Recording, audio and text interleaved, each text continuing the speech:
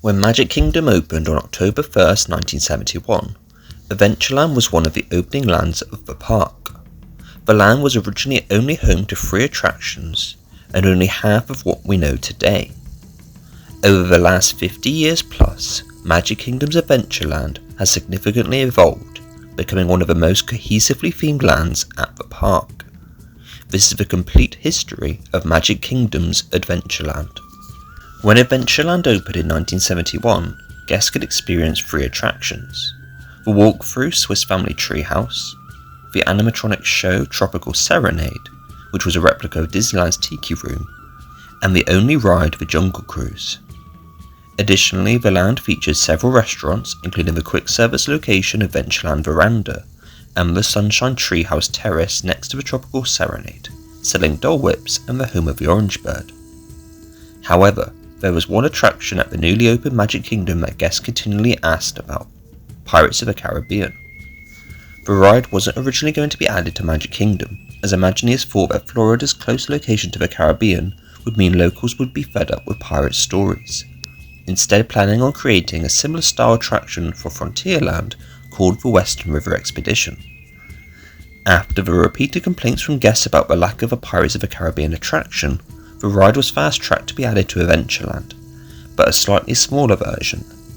Adventureland's first new ride since it opened, and Magic Kingdom's first ever expansion, Pirates of the Caribbean opened on December 15, 1973.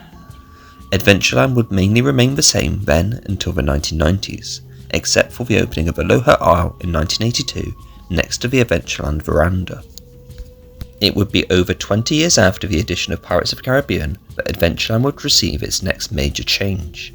In 1994, the Adventureland Veranda closed, remaining largely abandoned aside from a few special events.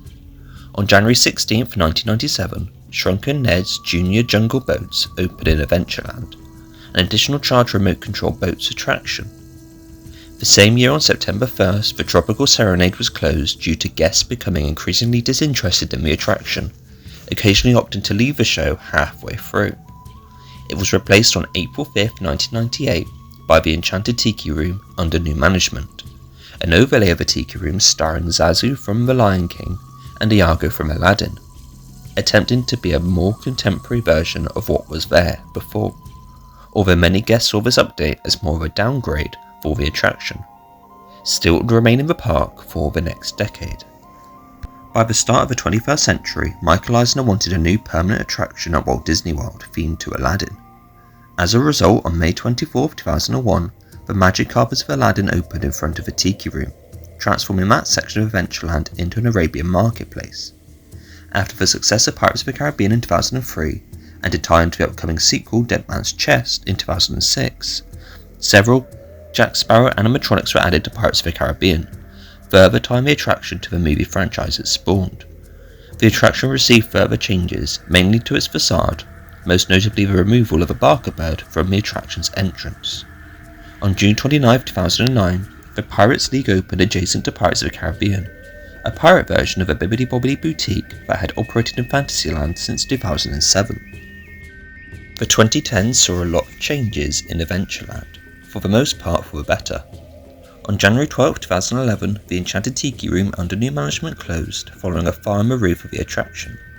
A month later, on February 6th, the seasonal restaurant El Pirata y El Perico was transformed into Tortuga Tavern, another seasonal restaurant themed to pirates. Over at the former Adventureland Veranda, Tinkerbell's Magic Nook meet and greet location opened on July 28, 2011, operating there until May 20, 2014, when Tinkerbell moved to the Main Street Theatre.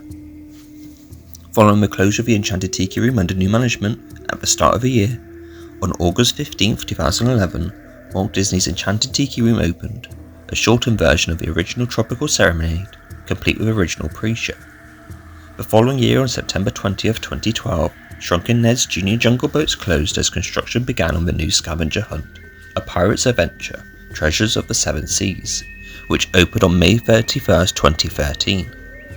After Tinkerbell left the Adventureland Veranda in 2014, it allowed the building to be renovated, including Aloha Isle and Sunshine Tree Terrace swapping locations on March 12, 2015, and the Skipper Canteen opening on December 16, 2015.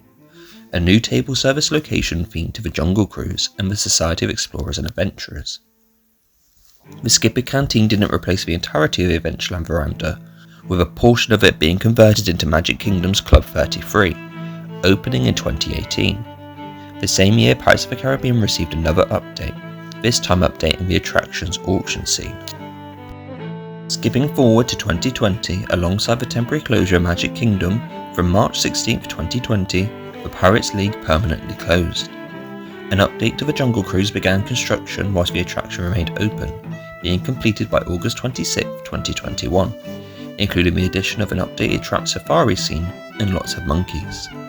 Adventureland would remain mostly the same until August 29, 2025, when the Beak and the Barrel opened in the former location of the Pirates League, a new pirate-themed bar that includes a descendant of the original Barker Bird from Pirates of the Caribbean.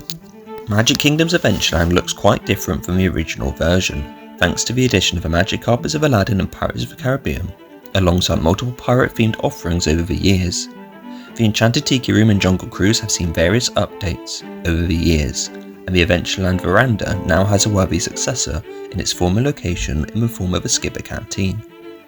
Now that the Beak in the Barrel has opened, I'm not sure how current Adventureland will change next. However, there is a large expansion pad south of Adventureland that could be home to a new expansion. Could this be where we see Adventureland evolve next? Only time will tell. Thank you very much for watching. Please like and subscribe, and leave a comment down below on what you want to see next on the Distory channel.